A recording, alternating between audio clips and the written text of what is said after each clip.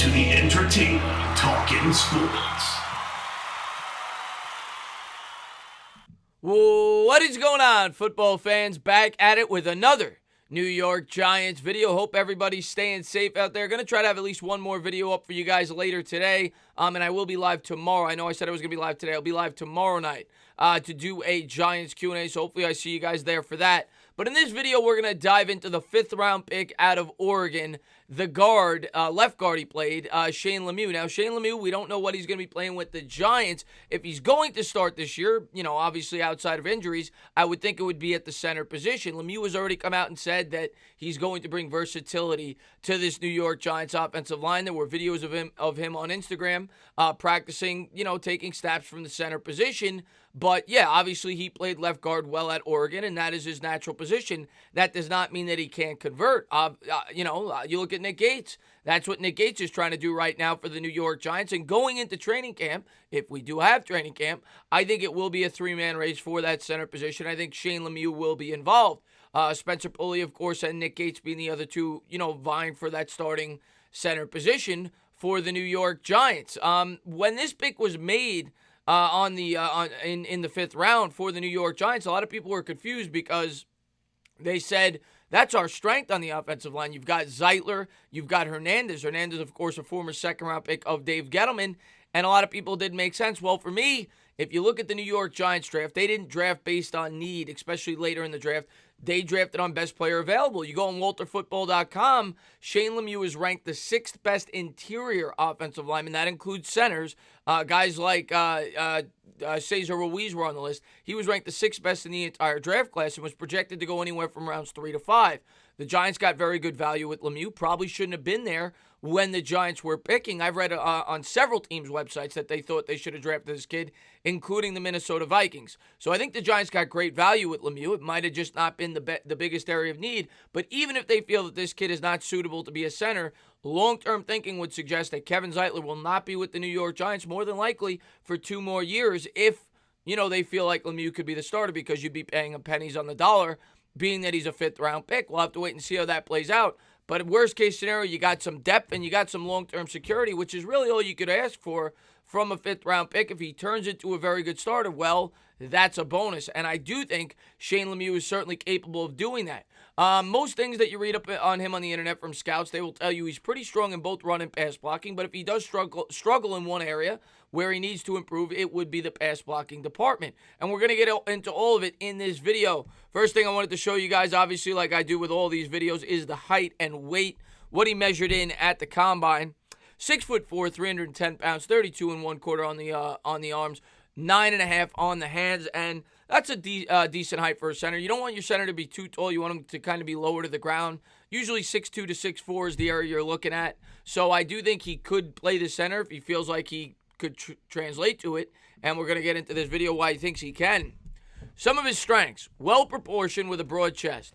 Prototype of a physical blue-collar guard, and when you watch him and a lot of things that people say about him, he does remind a lot of people of Will Hernandez. Will Hernandez, of course, that gritty, big barrel-chested guard for the New York Giants. That's the type of offensive lineman that Lemieux projects to be. Team leader who leads by example.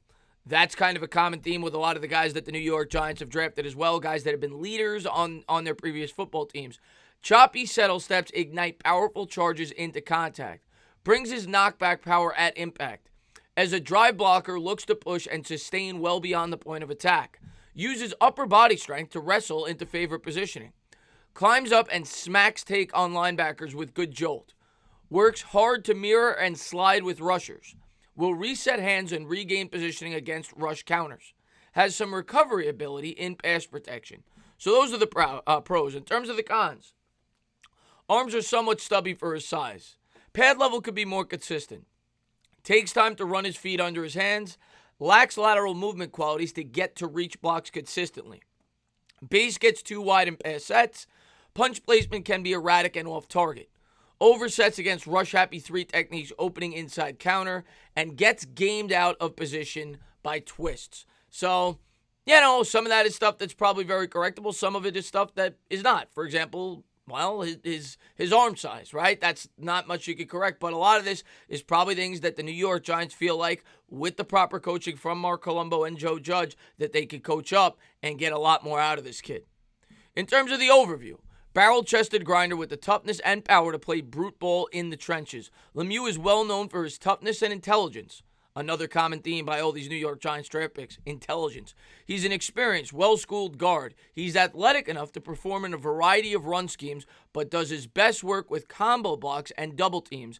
Against NFL interior athletes, he will find it tough to keep blocks centered and sustained. He should be okay as a run blocker early on, but his issues in pass protection might not be quickly fixed and could push him into the good backup eventual starter category. And that is probably what he projects to be at this point in time. You can't expect a fifth-round pick to be a day one starter. Now, of course, like I said, a lot of people had him as a third or fourth. But regardless, I do think he will probably start on the bench and work his way in to be an eventual starter if he does prove to be worthy of that.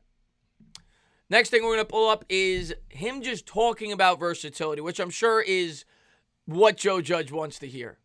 I understand that this game is all about versatility, Lemieux said on a Zoom interview call. I think that me getting good at all three interior positions is going to benefit me well in the future. I don't really have a position. I just want to be ready whenever I get in, to be ready to play whatever the coach asks me to do. I think I'm an offensive lineman. That's what I'm coming in as. And if I'm not mistaken, I'm pretty sure Lemieux played tackle at high school. That's what I've been playing. I'm a football player. I'm a football player that plays offensive line. No matter where the coaches want to put me to help the team, that's where I'm going to go. He then continued to talk about versatility. I've been all over, Lemieux said. I think I don't really have any place where I'm comfortable. I think I'm a natural offensive lineman where I could play any position I'm asked. I think that's just been a lot of work. Obviously, there's techniques and differences between each position. There's set differences if you're a guard, if you're a tackle, or if you're a center. I think it's just more reps. The more comfortable you are at the position. I've taken so many reps over my career, I'm comfortable at any position. And that probably explains why Joe Judge drafted this kid. That's what he's looking for, right? That's why he drafted Xavier McKinney. That's why a lot of people thought he was interested in Isaiah Simmons. This was talked about by a pro NFL scout, talent evaluator, NFL Network's broadcast. You see the screen there, 52 consecutive, Daniel Jeremiah this is. You see on the screen there, that's 52 consecutive starts, which is great, durability, something that we always talk about. Jeremiah said during the NFL Network's broadcast, that speaks to the durability you're getting with Shane Lemieux. His play style is mauler brawler. He's going to latch his hands, he's going to drive you, and he's going to finish you. In pass protections, at times he doesn't have great bend. He doesn't bend his knees all that great, and he'll struggle. But when he's freed up, when he doesn't have a man over him, he's a nasty helper. If you're next to him and you're engaged and he's got nothing to do, he's going to find work. Trust me. He has that nastiness to him, which I love, and the durability. Ran a little better than I anticipated with the 5'1", 140 time at the combine, but what you get with him is physicality.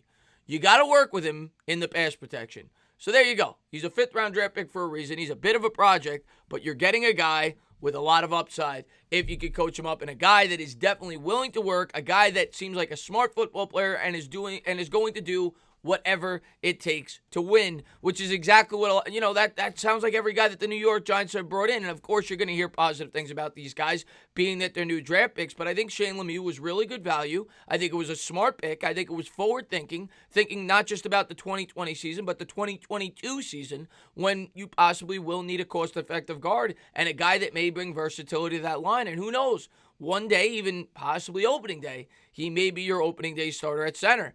One other thing I wanted to point out that a lot of my subscribers brought up, Justin Herbert was a guy that, the New York Giants were supposedly talking to, for months leading up into the draft. Came out for me and Rappaport, and I never thought we were taking Justin Herbert, but guess who was his guard while at Oregon?